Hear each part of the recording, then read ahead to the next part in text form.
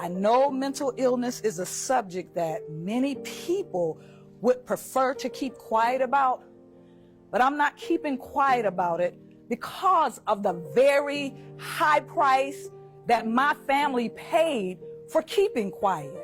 I'm going to be sharing about how a mental illness affected all my siblings.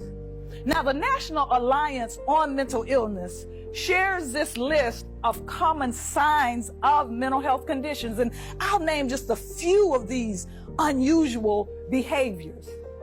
Confused thinking, avoiding friends and social activities, difficulties understanding and or relating to other people, strong feelings of irritation or anger. Have you noticed any of these signs in anyone you know? Well, we first noticed signs in my youngest brother during his high school years.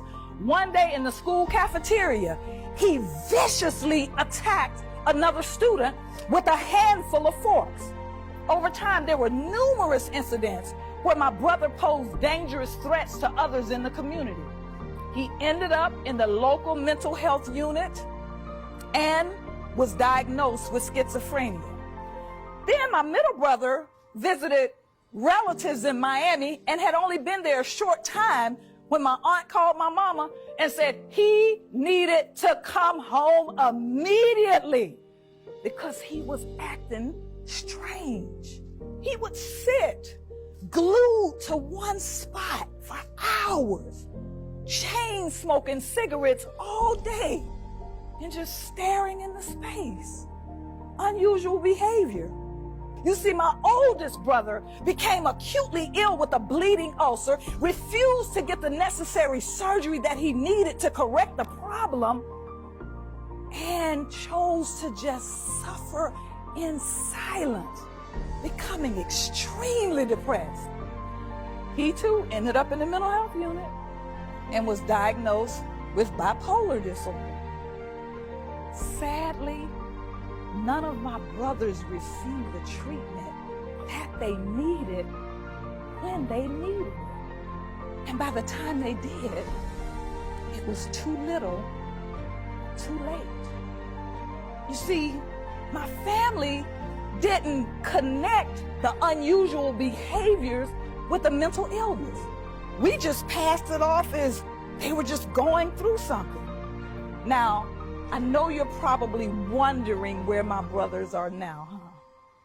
Well, my oldest brother just got tired of struggling with the effects of a mental illness, so he decided at age 32 to just end his life.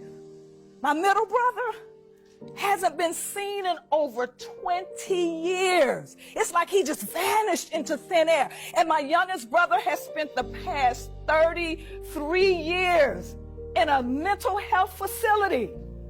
That's probably going to be his home until his dying day.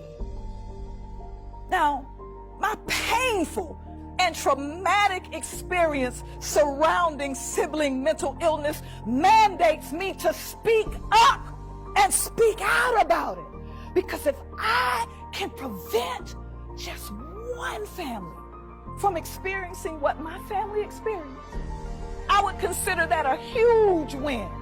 So can I share just 3 simple but powerful tips with you that I know will be helpful if you find yourself in the same situation as my family? Number 1, you want to identify when someone's behavior is unusual. Number 2, don't deny it. Don't deny what you're observing. It's real. And third and finally, act. You want to act quickly to get them the help they need, because the sooner treatment begins, the better chance they have of living an ordinary, productive, and fulfilling life. Let me conclude with this quote by Glenn Close, and I quote, "What mental health needs is more sunlight, more candor, and more unashamed conversation, end quote. And I'm not keeping quiet anymore.